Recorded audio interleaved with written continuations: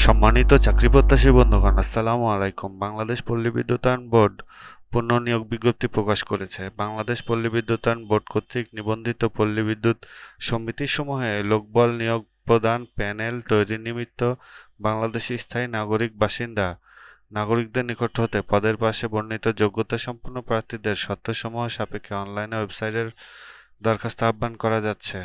শূন্য পদের সংখ্যা, প্রার্থীর বয়সসীমা, প্রয়োজনীয় শিক্ষাগত যোগ্যতা ও অভিজ্ঞতা এবং বেতন কাঠামো নিম্নে উল্লেখ করা হলো। ক্রমিক নম্বর ১ নম্বর পদের নাম মিটার রিডার কাম মেসেঞ্জার চুক্তিভিত্তিক, পদের সংখ্যা ১৪৬০, বয়সসীমা ২১/৭/২০২৬ খ্রিস্টাব্দ তারিখ হতে 18 থেকে অনূর্ধ্ব 25 বছরের মধ্যে হতে হবে।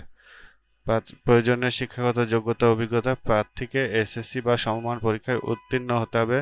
প্রার্থীর অবশ্যই যোগ বিয়োগ গুণ ভাগ করার দক্ষতা থাকতে হবে। হাতের লেখা সুন্দর হতে হবে।